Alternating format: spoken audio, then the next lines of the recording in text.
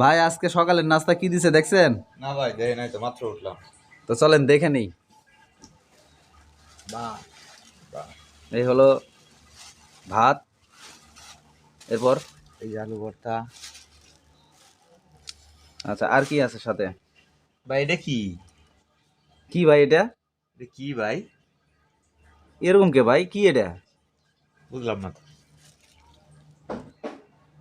কি ভাই এটা? ডাল ডাল ডাল ছিলাম না, এটা ডাল, ওরে ভাই, হ্যাঁ এটা বাংলা ডাল। এটা বাংলা ডাল ভাই। আমি তো মনে করলাম যে তেঁতুল গুলায় রাখছে। বাংলা ডাল?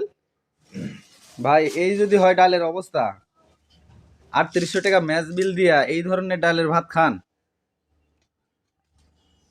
ভাই? এত আবিল্লি সাবিল্লি করেন না, এই প্রতিদিন বাজার করার চাইতে 3800 টাকা খাওয়া ভালো। 3800 টাকা দিয়ে এরকম বুড়িগঙ্গা নদীর পানি? তাইলে ভাই এই যে শুক্রিয়া যে খাইতে পারতেছি। কোন ভাই চোদা ভাগ করছে ডালটা? হ্যাঁ, ও জীবনে বা ডাল ভাগ শিখছে, ডাল ভাগ করা, ভাত ভাগ করে জানে না, ডাল ভাগ করে। ভাই, শালা ঘরে জায়গা দিছে, কোন হোটেলে জায়গা দিছে?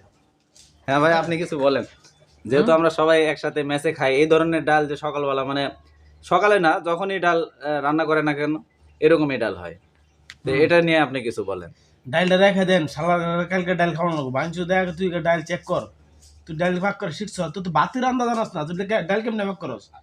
হ্যাঁ, কোনো কিছু বলার নাই। বিশ্বের জঘন্যতম ডাল এটা ভাগ করে, ঠিক আছে? আসলে নদীর পানি ভালো আছে, নদীর পানি খাইতে একটা স্বাদ থাকে, ডাইলে কোনো স্বাদ নেই। এটা নদীর পানির স্বাদে কোনো প্রতিক্রিয়া নাই। এই ডালটা খাইলে শুধু অসুখ, ঠিক আছে? এখানে কোনো কিছু নাই, জীবনে ক্ষতি ছাড়া লাভ নাই। এই ডাল রেখে দেন, খাওয়ার দরকার না। এটা ওই হোটেলের যে মেসি আর মালিক রেখা হইবেন, ডালকে চেক করুক। ওরে ভাই এটা তো ডাল না, এটা কি ভাই? এটা হলো ওই যে আমরা খাবার শেষে মানে হাতটা ধুই না, হ্যাঁ ধোয়ার পরে যে পানির একটা কালার আসে হ্যাঁ না, হ্যাঁ হ্যাঁ, এটা একটু হালকা লবণ দেয়া গরম করে দেয়া দিছে। এটা কি আচ্ছা ডাল ভাই? আপনি ওরকমই তো, বুঝতেছেন না? তাই তো ওইরকমই তো লাগতেছে।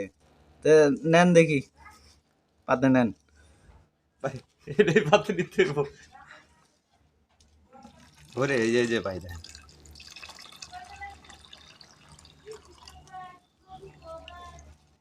এটা হাত ধোয়ার পানি ভাই।